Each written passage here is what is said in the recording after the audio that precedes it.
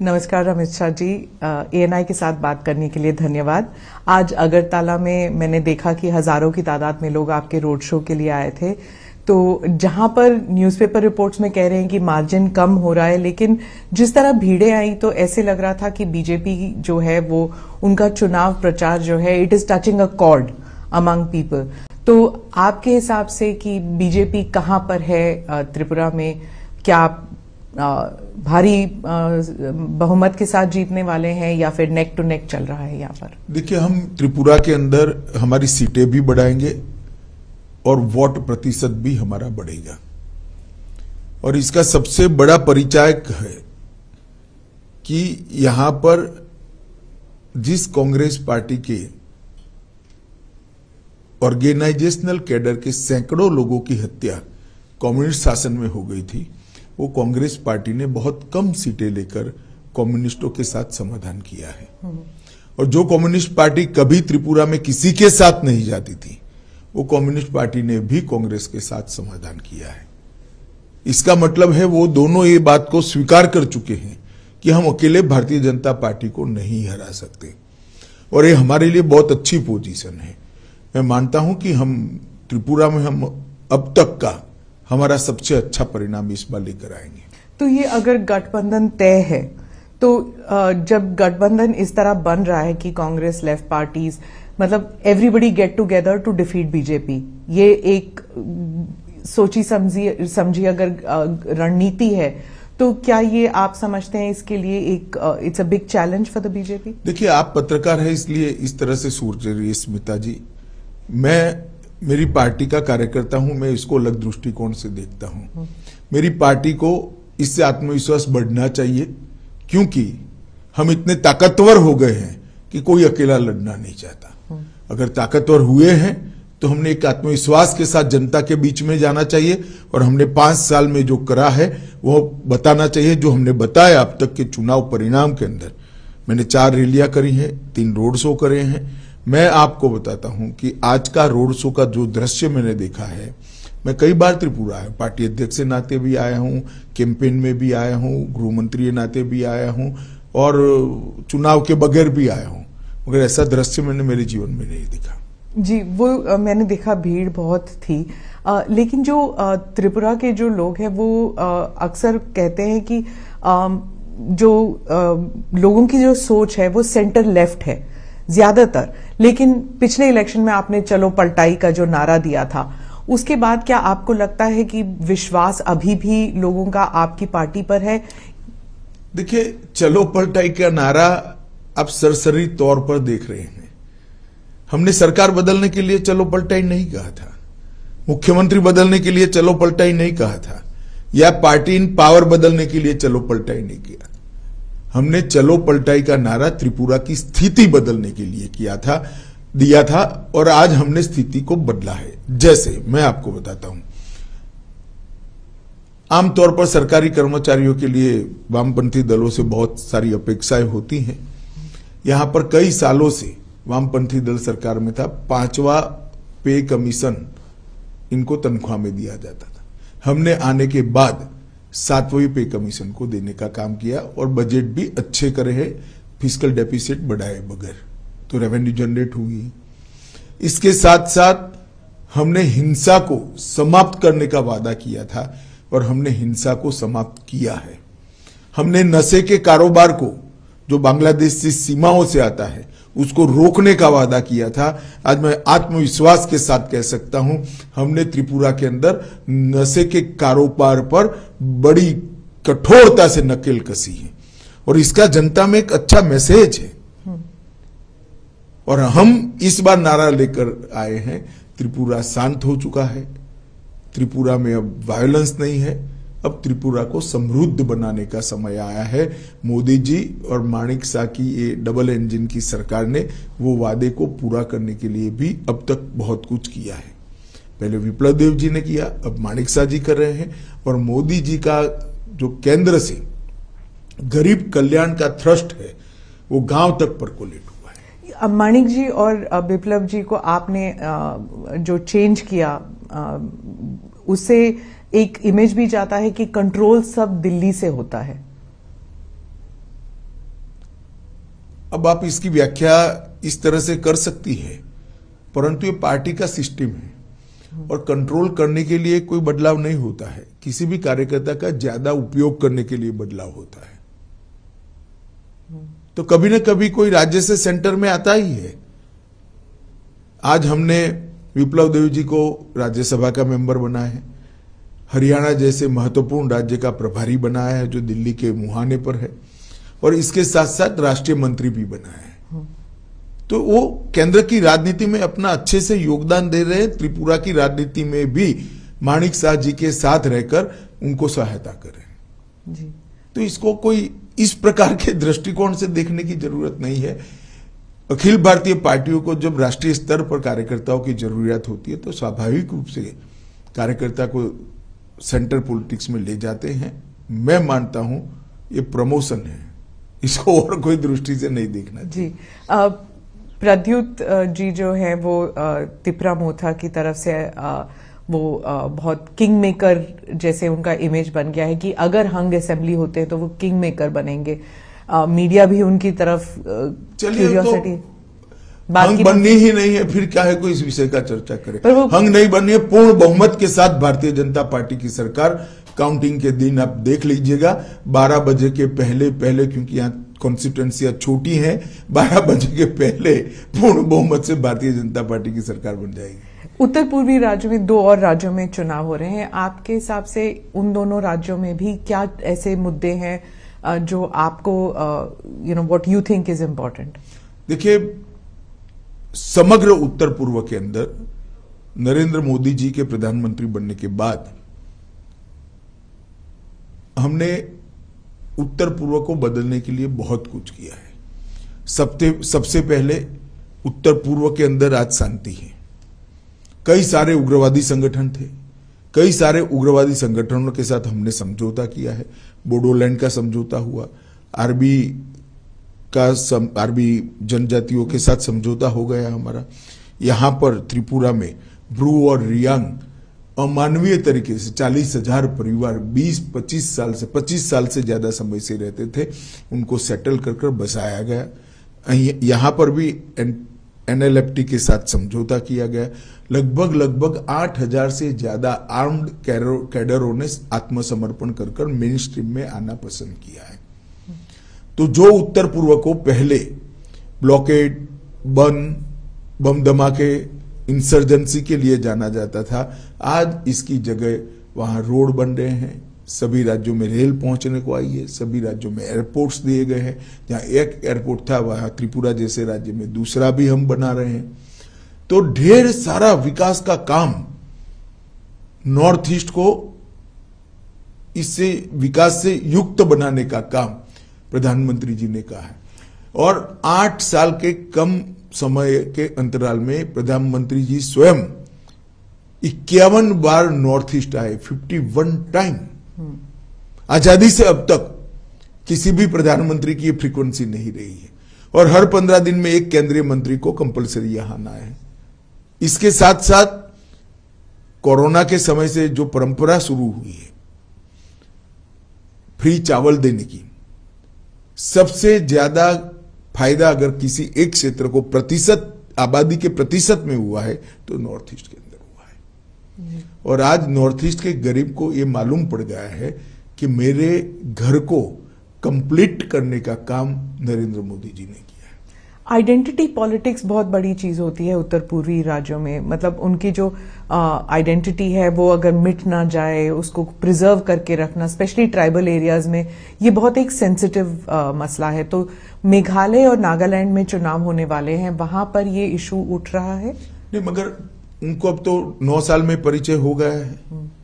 Media जो हमारे लिए अफवाहें फैलाता था कि हम आएंगे तो आपकी आइडेंटिटी चली जाएगी, आपकी भाषाएं चली जाएगी, उल्टा मोदी जी के आने के बाद लोकल लैंग्वेजेस और स्ट्रेंथी हो गई और मजबूत हो गई। अब प्राथमिक शिक्षा स्थानीय भाषाओं में होने लगी है। और इतना ही नहीं, कई सारी बोलियां जैसे मणिपुरी है, जैसे यहाँ की बोली है, त्रिपुरा की, कई सारी बोलियों में भी शिक्षा का प्रचार प्रसार बढ़ने लगा है। बोडोलैंड में भी उनकी भाषा में प्राथमिक शिक्षा होने लगी है। तो उनकी आइडेंटिटी को और मुखर कर मजबूत करने का काम भारतीय जनता पार्टी की सरकार ने किया। एक भी राष्ट्रीय पर्व ऐसा नहीं है जिसमें नॉर्थ ईस्ट के कलाकारों ने दिल्ली के प्लेटफॉर्म पर परफॉर्म नहीं किया है। उनके लिए देश भर के अंदर स्वीकृति बढ़ी है।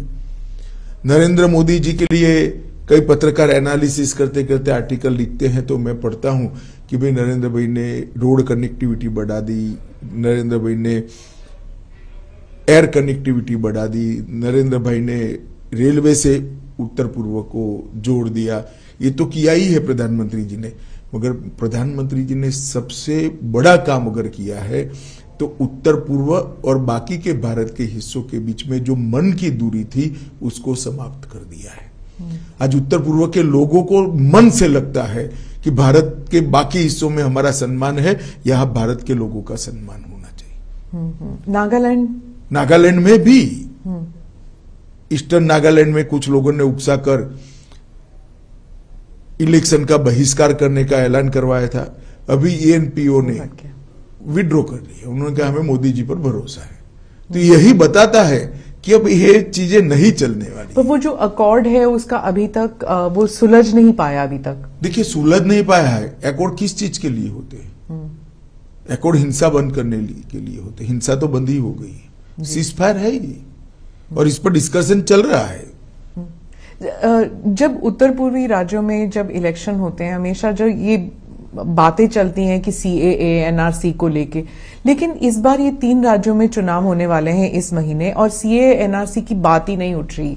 आप भी नहीं उठा रहे और ऑपोजिशन भी नहीं उठा रही। नहीं, हमारा उठाने का सवाल ही नहीं है, क्योंकि यहां पर शेड्यूल 6 और इनर लाइन परमिट से प्रोटेक्टेड लगभग 80% से ज्यादा हिस्सा है, इसलिए इससे प्रभावित ही नहीं होता है।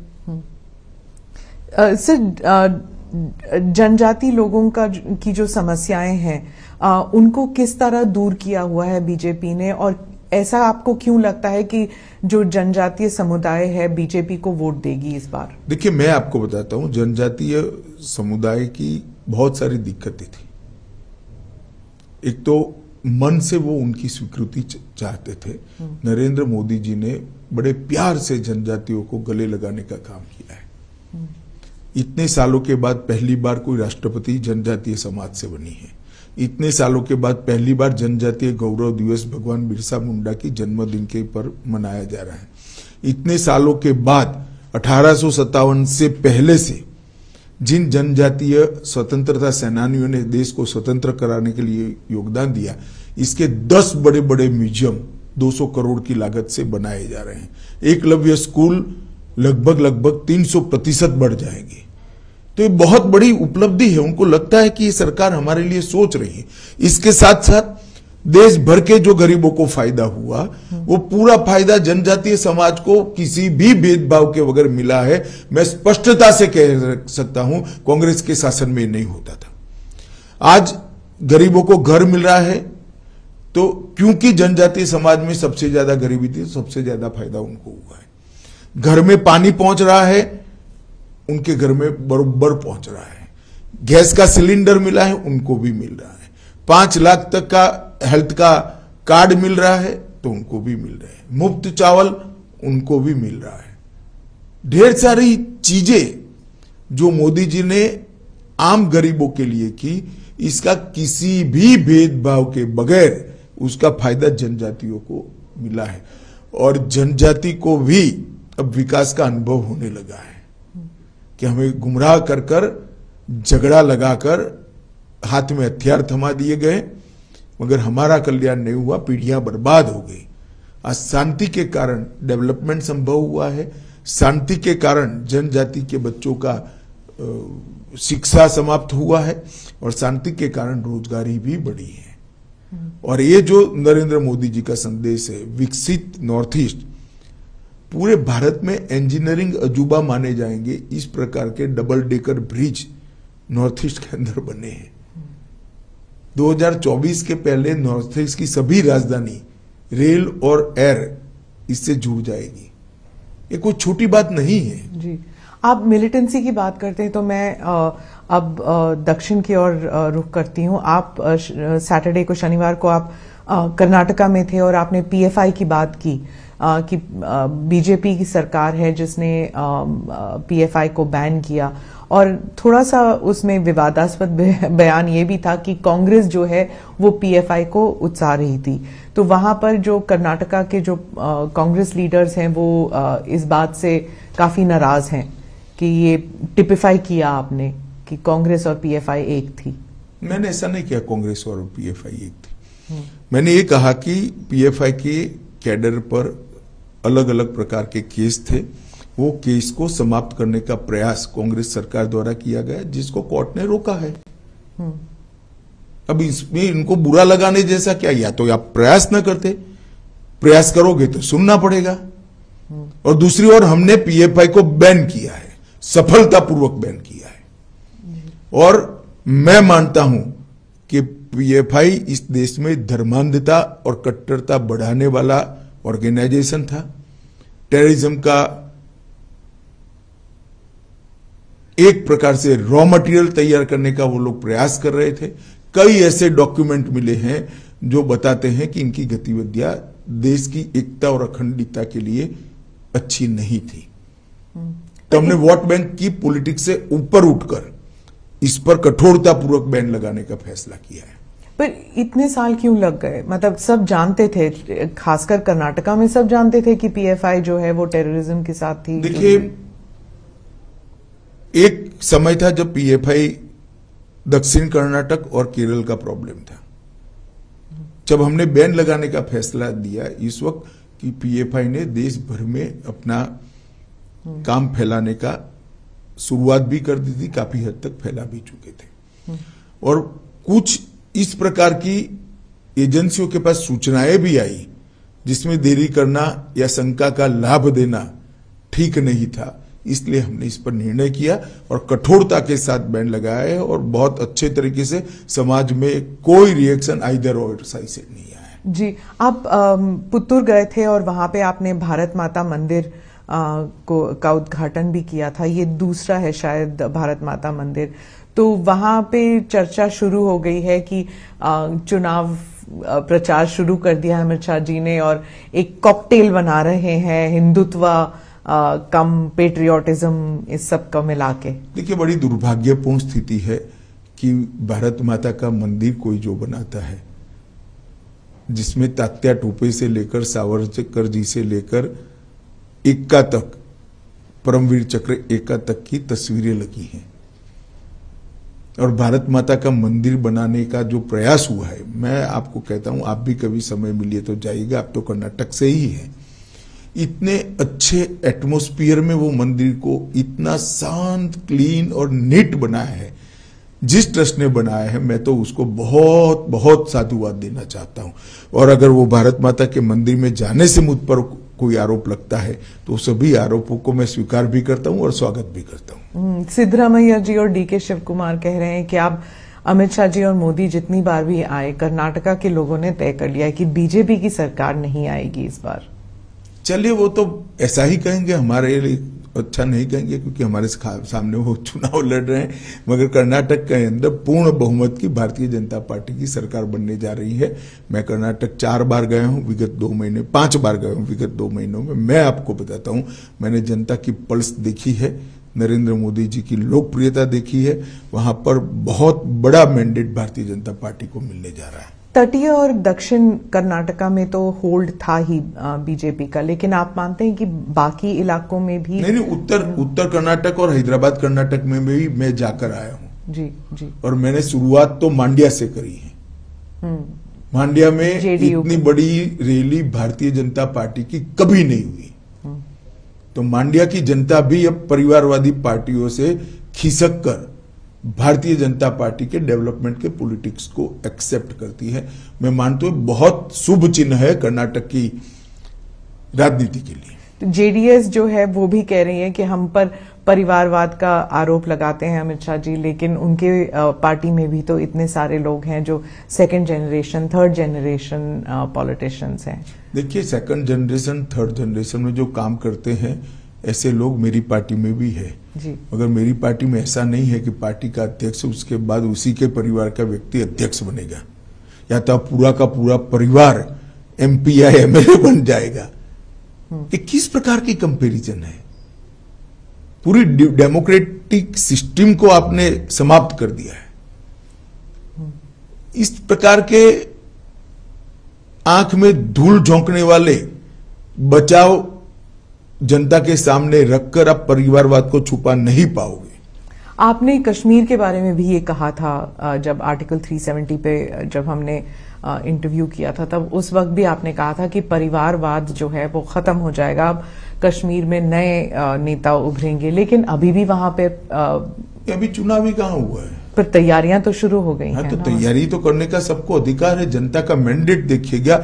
अब ये जो पंच सरपंच चुनकर आए हैं, इसमें से ही नया नेतृत्व इमर्ज होगा, वहीं से कश्मीर के नेता निकलेंगे। सर, जहां पर आप ऑपोजिशन की पार्टीज पर परिवारवाद का आरोप लगाते हैं, वहीं कांग्रेस जो है अब आप पर, आपकी पार्टी पर, आप पर नहीं, आपकी पार्टी पर मित्रता का आरोप लगा रही है कि मित्र, बीजेपी के जो मित्र हैं, अडानी जी के बारे में कहा जाता है कि उनको सभी कॉन्ट्रैक्ट्स मिल रहे हैं और बीजेपी जो है उनका जो डिफेंस है वो इतना नहीं है, इतना स्ट्रांग नहीं है। अभी सुप्रीम कोर्ट ने केस का संज्ञान लिया है। देश की कैबिनेट के सदस्य नाते जब सुप्रीम कोर्ट ने किसी मैटर को सीज किया हो, उस वक्त मेरे लिए बोलना ठीक नहीं होगा, परंतु इसमें बीजेपी के लिए कुछ छुपाने को नहीं है और ना किसी बात से डरने की जरूरत है। जी, निर्मला जी ने भी कहा था संसद में कि हमें कांग्रेस से करप्शन के बारे में सीखने की जरूरत नहीं है, कि मतलब वो हमको जो पाठ पढ़ाने की कोशिश कर रहे हैं, हमको आपसे सीखने की जरूरत नहीं है, ये उन्होंने संसद में कहा था। लेकिन राहुल गांधी जी की पूरी स्पीच जो है सिर्फ अदानी अदानी अदानी पर था। अब वो तो उनको क्या स्पीच देनी, उनको सोचना चाहिए। इनकी जो स्क्रिप्ट लिखते हैं इन लोगों को सोचना चाहिए, इसमें मैं कुछ नहीं कर सकता। क्योंकि वो कह रहे हैं कि जब उन्होंने भारत जोड़ो यात्रा की, वो कह रहे हैं कन्याकुमारी से लेके कश्मीर तक लोग यही कह रहे हैं कि बीजेपी जो है वो पहले एंटी करप्शन थी, लेकिन अब उनमें क्रोनी कैपिटलिज्म वाली बात शुरू हो गई है। सवाल ही पैदा नहीं होता। एक भी आरोप भारतीय जनता पार्टी पर आज तक कोई नहीं लगा पाया है। उनके जमाने में उन्हीं की एजेंसियों ने, चाहे कैग हो चाहे CBI हो, उन्होंने करप्शन का संज्ञान लेकर केस रजिस्टर किए थे। 12 लाख करोड़ के करप्शन के घोटाले किए थे। जो इदारे हैं, जो सिस्टम है, उनके बारे में भी कहा जाता है कि कांग्रेस कहती है कि बीजेपी ने सारे सिस्टम्स को अपने कब्जे में ले लिया, इसलिए कोई इंक्वायरी नहीं होगी, कोई इन्वेस्टिगेशन नहीं हो सकती। कोर्ट में जाए ना, कोर्ट में नहीं जाते हैं। मैंने तो पेगासिस में भी कहा था आपके पास प्रूफ है तो आप कोर्ट में चले जाइए, ना गए। वो सिर्फ शोर शराबा करना चाहते हैं। कोर्ट तो हमारे कब्जे में नहीं है। जो लोग गए, पेगासिस का संज्ञान भी लिया था, कोर्ट ने जजमेंट भी दे दिया, कुछ जांच भी कर ली। बीजेपी के स्पोक्स पर्सन कह रहे हैं कि हर इलेक्शन से पहले ऐसे एक इंटरनेशनल कंस्पिरेसी होता है, पहले रफाल था। देखिए स्मिता जी, मैं बीजेपी के स्पोक्स पर्सन को इसका जवाब देने दीजिए। मैं आपको बताता हूं, सुप्रीम कोर्ट ने इसका संज्ञान लिया है, इस बारे में मैं कम से कम अभी बात करना नहीं चाहूंगा। क्या कोई कंस्पिरेसी है सर, जैसे BBC का डॉक्यूमेंट्री हो या फिर ये सब, ये हिंडनबर्ग का रिपोर्ट हो, क्या आप भी ऐसे देखते हैं कि कोई? देखिए, सत्य जो होता है इस पर 1000 कॉन्स्पिरेसी कर लो, कुछ नहीं होता है। वो करोड़ों सूर्य की भांति तेजस्वी बनकर ही बाहर आता है। ये तो मोदी जी के पीछे 2002 से कर रहे हैं और हर बार मोदी जी मजबूत होकर, सच्चे बनकर और जनता की ज्यादा लोकप्रियता हासिल कर बाहर आए हैं। जी, उन्होंने, प्रधानमंत्री ने स्पीच में भी यही कहा था कि कीचड़ जो है, कमल जो है कीचड़ में ही उगता है, तो जितना मर्जी कीचड़ उन पर फेंका जाए, पार्टी और वो उभर कर आएंगे। लेकिन उनको सुनने के लिए कोई तैयार नहीं था। पार्लियामेंट का डिस्कोर्स इतना खराब हो चुका है, शोर शराबे के बीच प्रधानमंत्री का पूरा देश सुनता है। जो सांसद को तय करती है ना, वो जनता पूरी सुनती है। अब सोशल मीडिया प्लेटफॉर्म पर चली जाइए और मोदी जी के भाषण के पर कमेंट्स पढ़िए, पूरी जनता सुनती है। अब पॉलिटिकल स्टैंड लेकर कुछ पार्टियां नहीं सुनना चाहती है, वो भी जनता देख रही है। पर उनकी जो वो कहते हैं कि जो हम तो अब पार्लियामेंट में, संसद में बोल भी नहीं सकते क्योंकि हमारे शब्द भी एक्सपंज किए जाते हैं। नहीं, पहली बार एक्सपंज नहीं हो रहे जी। पार्लियामेंट के प्रोसीडिंग्स एक्सपंज शब्दों और वाक्यों से भरा पड़ा है। पार्लियामेंट के रूल्स के हिसाब से बहस का स्थान है, और जब रूल्स के हिसाब से बहस करनी है तो पार्लियामेंट्री लैंग्वेज में करनी पड़ती है। आपने भी कहा था जब अधीर रंजन जी ने पप्पू शब्द का इस्तेमाल किया तो आपने कहा कि किसी भी सांसद जी के लिए ऐसे शब्द इस्तेमाल नहीं करने चाहिए। आपने भी कहा, उस वक्त सब हंस पड़े क्योंकि वो शब्द जो है इतना अजीब लगा कि संसद में कोई वो शब्द कह रहा है। तो वो पर उसके बाद गाली गलौज भी शुरू हो चुकी है। आप इसके बारे में कुछ कहेंगे? कि देखिए, मैं तो मानता हूं कि जनता सब कुछ देख रही है और जनता इवेल्युएशन भी करती है। अब इंडियन डेमोक्रेसी इतनी मजबूत हो गई है, इतनी मैच्योर हो गई है कि वोट कास्ट करते वक्त ये सारी चीजों का संज्ञान भारत की जनता लेगी। पर संसद होने के नाते, एक सांसद होने के नाते, क्या आपको नहीं लगता कि सभी पार्टियों को मिल बैठकर कुछ करना चाहिए? क्योंकि लोग तंग आ चुके हैं ये सब देखकर, मतलब इट्स डिस्गस्टिंग। देखिए, हमें कोई परहेज नहीं है किसी के साथ बैठने के लिए, परंतु इनिशिएटिव तो सबने लेना पड़ेगा। जी। मैं अब जो राज्यों में चुनाव होने वाले हैं, 8 कुछ राज्यों में चुनाव होने वाले हैं, बहुत से लोग कहते हैं कि ये बार बार जो चुनाव होते हैं, मतलब अब 12 महीने में 8 राज्यों में अगर चुनाव होंगे तो एडमिनिस्ट्रेशन, रनिंग द कंट्री, ये सब बैकसीट ले जाए, सिर्फ इलेक्शन कैंपेन ही चलता रहता है। इसके लिए प्रधानमंत्री जी ने पंचायत से पार्लियामेंट के चुनाव एक साथ कराने का एक विचार देश की जनता के सामने रखा है, सभी दलों के सामने भी रखा है, पार्लियामेंट में भी उन्होंने बोला है, और मैं मानता हूं कि समय आ गया है कि इस पर विचार होना चाहिए। पर कब होगा ये? मतलब अब देखिए, इसमें सबसे चर्चा तो करनी ही पड़ेगी, सबसे चर्चा कर कर ही ये हो सकता है, मगर प्रधानमंत्री जी के विचार रखते ही एक बहस तो छिड़ गई है। सब लोगों को लगता है कि हर साल चुनाव होना, हर महीने चुनाव होना, वो लोकतंत्र के लिए भी ठीक नहीं है। इसका एक ही समय निश्चित कर लिया जाए। प्रधानमंत्री राजस्थान गए थे। अब राजस्थान, छत्तीसगढ़, कर्नाटका और मध्य प्रदेश, ये 4 बहुत बड़े राज्य हैं जहां पर चुनाव होने वाले हैं। आप थोड़ा सा ब्रेक डाउन करके हमें बता सकते हैं कि राजस्थान में क्या आप देख रहे हैं एक चेंज, जैसे आपने पलट का कहा था? नहीं, मैं तो मानता हूं कि ये चारों राज्य, राजस्थान, कर्नाटक, राजस्थान, छत्तीसगढ़ और मध्य प्रदेश भारतीय जनता पार्टी के मजबूत राज्य हैं। हम चारों जगह पे जीतेंगे। राजस्थान में ऑल्टरनेट चलता है, मुख्यमंत्री को लेकर हमेशा बहस होती है कि कौन बनेगा। ऐसा हमेशा नहीं होता है। नॉर्थ ईस्ट में भी ऑल्टरनेट कहते थे, कुछ नहीं हुआ। हम नॉर्थ ईस्ट के मणिपुर में भी फिर से रिपीट हो गए, असम में भी हो गए, तो अरुणाचल में भी हो गए, अब त्रिपुरा में भी हो जाएंगे। मध्य प्रदेश में आप नहीं समझते कि इतनी देर से बीजेपी की सरकार चल रही है, जो कांग्रेस है वो कहते हैं कि लोग ऊब चुके हैं, बोर हो चुके हैं एक ही पार्टी। गुजरात में भी बहुत सालों से चल रही है। गुजरात में तो आपने पुरजोर कोशिश की, आप और मोदी जी, आप दोनों के होम स्टेट है, वहां पे तो जीतना ही था आपको। नहीं, ऐसा नहीं होता है। जब जनता बोरियत महसूस करती है तो कोई नहीं जीता सकता, मगर नई नई योजनाएं जो भारतीय जनता पार्टी की सरकार, केंद्र सरकार और राज्य सरकारें लेकर जा रही है, इसका जनता स्वागत करती है। मोदी जी की लोकप्रियता का जनता स्वागत करती है, और मोदी जी ने देश को जिस जगह से जिस जगह पे पहुंचाया है उसका जनता स्वागत करती है। वो अप्रिशिएट करते हैं कि इस देश को पूरी दुनिया में सम्मान दिलाने का काम नरेंद्र मोदी जी ने किया है। हमारे देश को सुरक्षित करने का काम नरेंद्र मोदी जी ने किया है।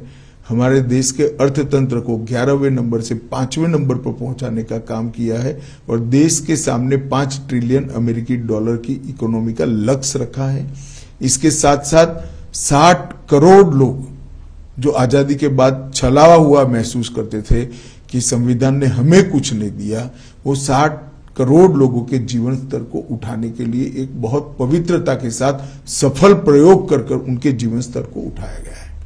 G20 जो चलने वाला है पूरे कंट्री में, you have so many events, इसके बारे में ये भी कहा जाता है कि जहां पर भारत को एक शोकेसिंग हो रही है, भारत के राज्यों की शोकेसिंग हो रही है, वहीं इसको एक इलेक्शन के तौर पर भी इस्तेमाल किया जाएगा, इलेक्शन प्रोपेगेंडा या इलेक्शन कैंपेन के तौर पर, क्योंकि मोदी जी की छवि को लेकर सब जगह बात होगी और वर्ल्ड लीडर्स जो हैं वो मोदी जी के साथ आएंगे, तो it will be use for domestic purpose also. नहीं तो क्यों ना हो। अगर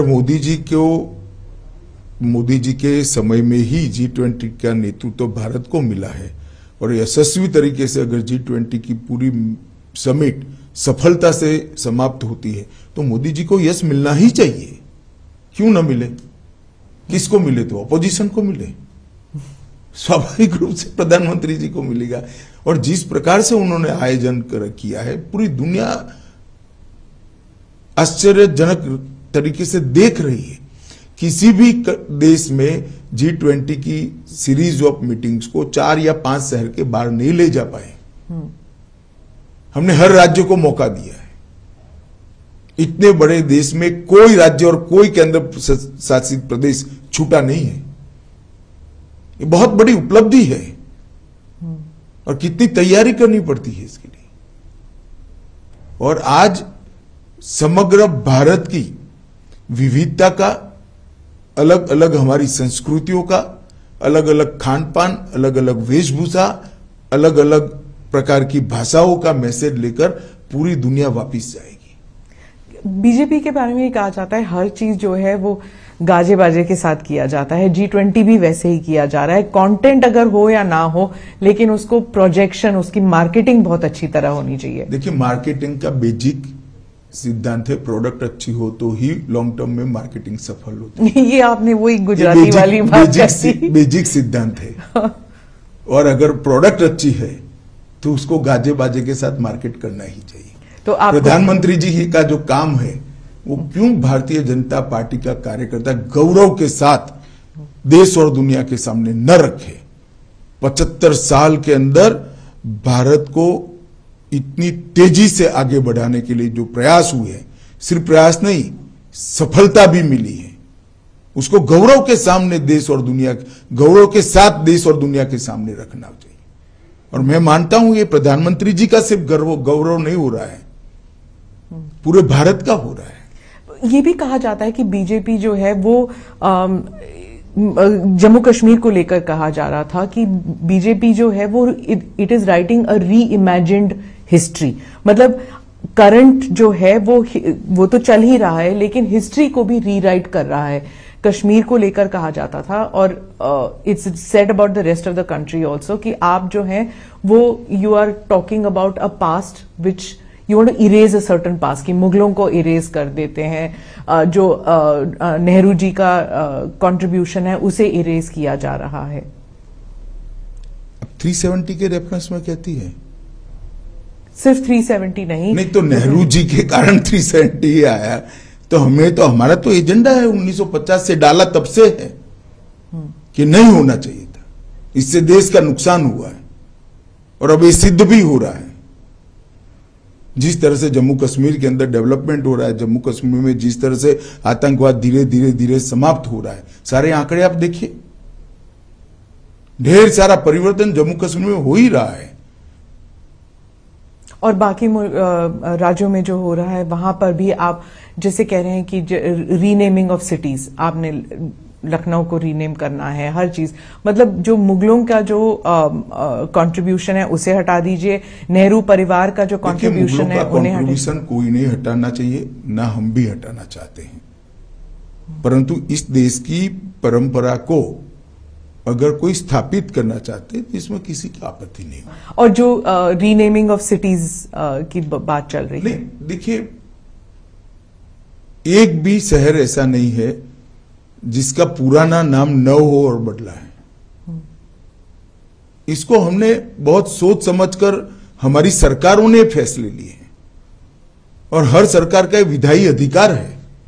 जी, 2024 को लेकर आप समझते हैं क्या आप ऑलरेडी एक एजेंडा लेकर चल रहे हैं कि 2024 के इलेक्शन के लिए क्या मुद्दा होगा बीजेपी के लिए, क्या मैसेजिंग होगा? देश का विकास, सुरक्षित देश से अर्थतंत्र को विश्व में सबसे तेज गति से बढ़ने वाला अर्थतंत्र बनाना, भारत का गौरव समग्र विश्व के अंदर पहुंचाने का प्रयास और सफलतापूर्वक इसकी स्वीकृति आई है, और देश के 60 करोड़ गरीब लोगों के जीवन स्तर को उठाने का 8 साल के अल्पकाल के अंदर जो प्रयास किया और हम उठाने में सफल भी हुए हैं। और ढेर सारी सिद्धियां, रेलवे में आमूलचूल परिवर्तन हो रहा है, अंतरिक्ष के क्षेत्र में नई नीति बनकर आज हम अंतरिक्ष के क्षेत्र में भी लीडर बनने के लिए तैयारी कर रहे हैं, ड्रोन की पॉलिसी बनकर ड्रोन के क्षेत्र में भी हम आगे बढ़ रहे हैं, खदानों के क्षेत्र में भी बहुत सारी पॉलिसी हमने तय की है, इंडस्ट्रियल डेवलपमेंट के लिए मेक इन इंडिया को सफल बनाने के लिए, भारत समग्र विश्व में उत्पादन का हब बने, इसके लिए ढेर सारी नीतियां बनाकर इनमें सफलतापूर्वक प्रयास किया है। भारत की डिफेंस के क्षेत्र में विदेश पर की निर्भरता को 30% ये 8 साल के अंदर कम करना, मैं मानता हूं बहुत बड़ी सिद्धि है। वामपंथी उग्रवाद लगभग समाप्ति के आरे पर है। जम्मू कश्मीर के अंदर आतंकवाद पर पूर्णतया हमारी एजेंसियों का कंट्रोल है, वर्चस्व है।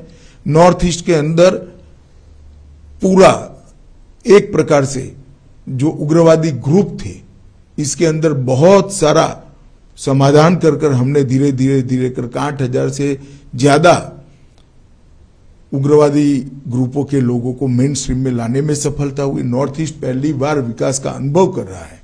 मैं तो अभी त्रिपुरा में घूम रहा हूं, आज भी एक मैं बहुत गरीब घर के अंदर भोजन करने के लिए गया था, उसने उसका टॉयलेट भी बताया, गैस का सिलेंडर भी बताया, घर में बिजली भी बताई और नल से आता हुआ पानी भी बताया और आयुष्मान भारत का कार्ड भी बताया। ये लाभार्थी स्कीम तो ये गरीब के घर में पहुंचा है सारा। और बाहरी धान का बड़ा प्लास्टिक का बोरा भरा पड़ा था। मैंने कहा माई क्या करोगी, धान को धीरे धीरे यूज करोगी? कि ना, अब तो फ्री चावल मिलता है, इसको हम बेच लेंगे। सरकार धान खरीदती भी है, भाजपा की सरकार, इसको हम बेच देंगे और हमारा खाने का अनाज तो चावल तो मोदी जी भेज रहे हैं। उससे फिर तेल और सब्जियां खरीदेंगे, इससे तेल सब्जियां बाकी जीवन जरूरियात की चीजें उसके जीवन को वो अपग्रेड करेंगे। इसके घर में लगभग मैंने ऐसा पूछा नहीं, पर प्लास्टर वाले घर की चमक थी, अभी कलर भी नहीं लगा था, घर में प्लास्टर हो चुका है, इसको गौरव था। जी, तो ये परिवर्तन जो है, मैं मानता हूं कि 2024 में कहीं कोई स्पर्धा नहीं है, देश एक तरफा मोदी जी के साथ आगे बढ़ रहा है। परिवर्तन की राजनीति, ये आप पिछले 8 साल और अब 2 साल, लेकिन क्या आप 2024 में आप प्रिंसिपल ऑपोजिशन किसे मानते हैं? Congress led by Rahul Gandhi? ये तो देश की जनता ने तय करना है। अभी तो किसी को प्रिंसिपल ऑपोजिशन का लेबल जनता ने लोकसभा में नहीं दिया है।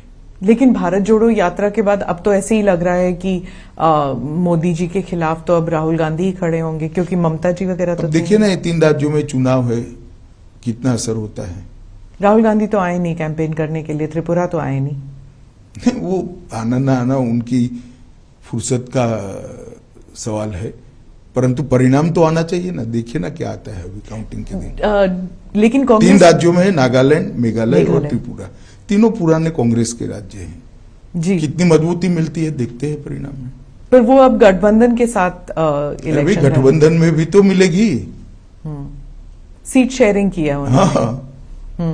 लेकिन कांग्रेस पार्टी कहती है कि राहुल गांधी के भारत जोड़ो यात्रा से बीजेपी काफी रैटल हो गई है, डर गई है कि राहुल गांधी का इमेज चेंज हो गया है। चलिए, वो उनका एक विचार है। मैं नहीं मानता कि इस प्रकार की बातों को देश की जनता सही मानती है। जब आप होम मिनिस्टर बने थे, आपका क्या गोल था और आप उसको अचीव करने में किस हद तक कामयाब रहे हैं? इस प्रकार से सिमट कर कहना मेरे लिए बहुत कठिन होगा, परंतु मैं इतना निश्चित मानता हूं कि मोदी जी के नेतृत्व में भाजपा सरकार ने जो नीतियां बनाई है, वो नीतियों ने भारत को विश्व के फलक पर पहुंचाने का काम किया है। भारत के अंदर ढेर सारे सकारात्मक परिवर्तन हुए हैं। नई शिक्षा नीति एक ही काम ऐसा है जो 50 साल तक भारत को पे करेगा, भारत की नई पीढ़ी बनाएगा, भारत के विचारों वाली नई पीढ़ी बनेगी जो आने वाले दिनों में पूरे विश्व के अंदर चकाचौंध करने वाली सफलता लेकर आएगी। मैंने नई शिक्षा नीति के मसौदे को बहुत बारीकी से पढ़ा है, बहुत बारीकी से। और मैं विद्यार्थी परिषद का कार्यकर्ता रहा हूं। हर बार जब शिक्षा नीति आती है इसका बहुत विरोध होता है, क्योंकि ढेर सारी कमियों को लोग ढूंढ कर निकाल देते हैं।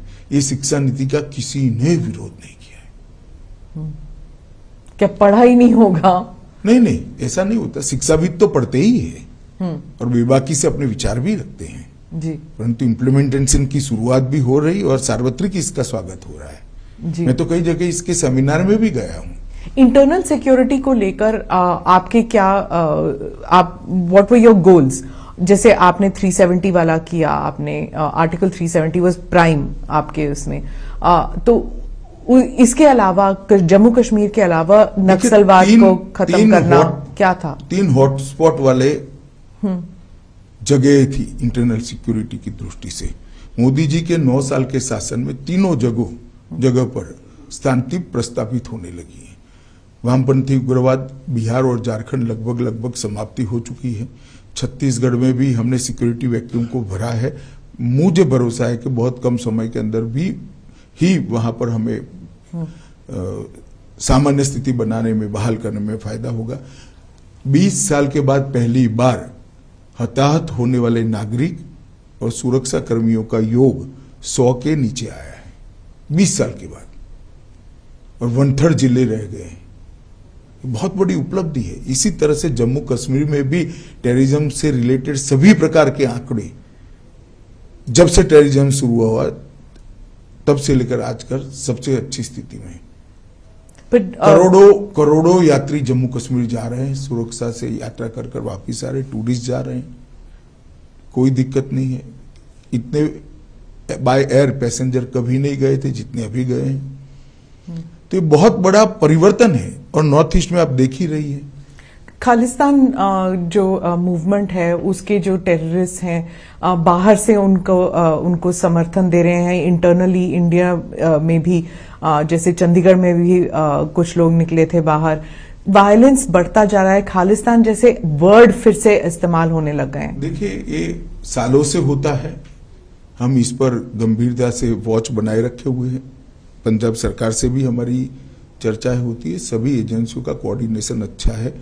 मुझे विश्वास है कि हम इसको पनपने नहीं देंगे। क्या हम कनाडा, यूके इन सब से इंटरनल सिक्योरिटी को लेकर उनसे बात कर रहे हैं हम? देखिए स्मिता जी, इस प्रकार की बातों को सार्वजनिक रूप से प्रकट करना न नेशनल सिक्योरिटी के लिए अच्छा है, न गृह मंत्री के लिए अच्छा है।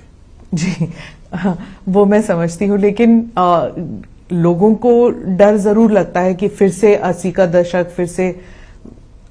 हमारी क्रेडिबिलिटी है, किसी को डरने की जरूरत नहीं। जी आप राउंड अप अगर हम करें कि इंटरनल सिक्योरिटी के मामले में हम लोग जब आपकी सरकार आई 2014 से और अब तक सबसे एक खास उपलब्धि आप कौन सी मानेंगे? कहा ना, तीनों थिएटर के अंदर बहुत बड़ा बदलाव आया है जी। 8000 से ज्यादा इंसर्जेंसी ग्रुप के लोगों ने नॉर्थ ईस्ट अकेले में हथियार डाले हैं। ये आंकड़ा 22 साल के बाद 100 से कम हुआ है। जिले बहुत सारे मुक्त कर दिए गए। यहां से अब सफा 60% से ज्यादा क्षेत्र के अंदर उठा लिया गया है नॉर्थ ईस्ट में से। यही बताता है कि स्थिति अच्छी है। करोड़ों यात्री, टूरिस्ट और यात्री जम्मू कश्मीर का टूर कर दर्शन कर अमरनाथ का और वैष्णो देवी का सफलता से आनंद के साथ वापस। जम्मू कश्मीर में आपने कहा था कि स्टेटहुड वापस आएगा, आपने ये वादा किया था कि नहीं, मैंने बहुत स्पष्ट वादा किया था, एक चुनाव के बाद आएगा, और जम्मू कश्मीर के चुनाव के। और जम्मू कश्मीर का चुनाव अभी आप नहीं कह सकते? नहीं, मैं नहीं कह सकता, मगर मतदाता सूची बनाने का काम अब लगभग समाप्ति पर है। फिर इलेक्शन कमीशन ने कॉल लेनी है। महबूबा मुफ्ती और उमर अब्दुल्ला कहते हैं कि पहले कभी ऐसे नहीं हुआ था कि कोई चुनाव नहीं हो रहे, इतने सालों साल चुनाव नहीं हो रहे हैं, and there is a system of getting things done, लेकिन वो हो नहीं रहा है। ऑर्डिनरी सिटीजन्स के घरों पर बुलडोजर चलने लग गए हैं, आर्बिट्ररी हो रहा है। देखिए, अगर मनमाने तरीके से, गैरकानूनी तरीके से कुछ भी हो रहा है तो सब कोर्ट में जा सकते हैं। एक बात, जहां तक चुनाव का सवाल है, उनको कभी क्यों पंच, सरपंच, जिला पंचायत, तहसील पंचायत के चुनाव की याद नहीं आती है? वो हमारे ही शासन में हुए हैं। 70 साल से आप लोगों ने नहीं करे थे। 3 परिवार अपना कब्जा बनाकर जम्मू कश्मीर में बैठे थे, और आज ये सारे चिल्ला रहे हैं।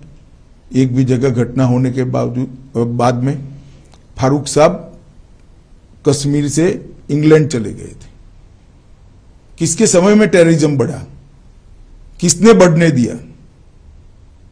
इसका जवाब उनको देना चाहिए। महबूबा जी तो कह रही हैं कि बीजेपी ने तो जम्मू कश्मीर में पैलेस्टाइन को छोड़िए अफगानिस्तान बना दिया है। चलिए, आप बहुत सीरियसली ले रही उनको। लेना तो पड़ेगा ना सर, वो है जी, तो जी। वो मगर वास्तविक स्थिति का आकलन कर सीरियसली लेना चाहिए। पर वो आजकल तो वही है, अभी तक तो कोई नेता उभरे नहीं है। अभी भी उमर अब्दुल्ला है और महबूबा है, फॉर्मर चीफ मिनिस्टर हैं। नहीं, वो तो है ही जी। एक बार बनने के बाद पूरा जीवन सभी लोग फॉर्मर रहना ही पड़ता है। जी, अच्छा, धन्यवाद अमित शाह जी, आपको all the best for the elections. अभी सालों से एक पूरा साल आपका चुनाव प्रचार में लग जाएगा। चुनाव और परिणाम आए तब देख लेना। मोदी जी के नेतृत्व में भारतीय जनता पार्टी बहुत यशस्वी होकर इस चुनाव में बाहर आएगी, और आगे वाले 23 में चुनाव जो आ रहे हैं वहीं भी हमारे चारों राज्य अच्छे हैं, हम बहुत अच्छे से परफॉर्म करेंगे। मीडिया को अगर आप देखें तो वो तो कह रहे हैं कि नेक टू नेक चल रहा है त्रिपुरा में। चलिए, मुझे लगता है जो मैंने बताया, हर बार मीडिया हमारे साथ शुरुआत तो नेक टू नेक ही करता है। अच्छा, धन्यवाद। धन्यवाद। सह्याद्रीची उंची म्हणजे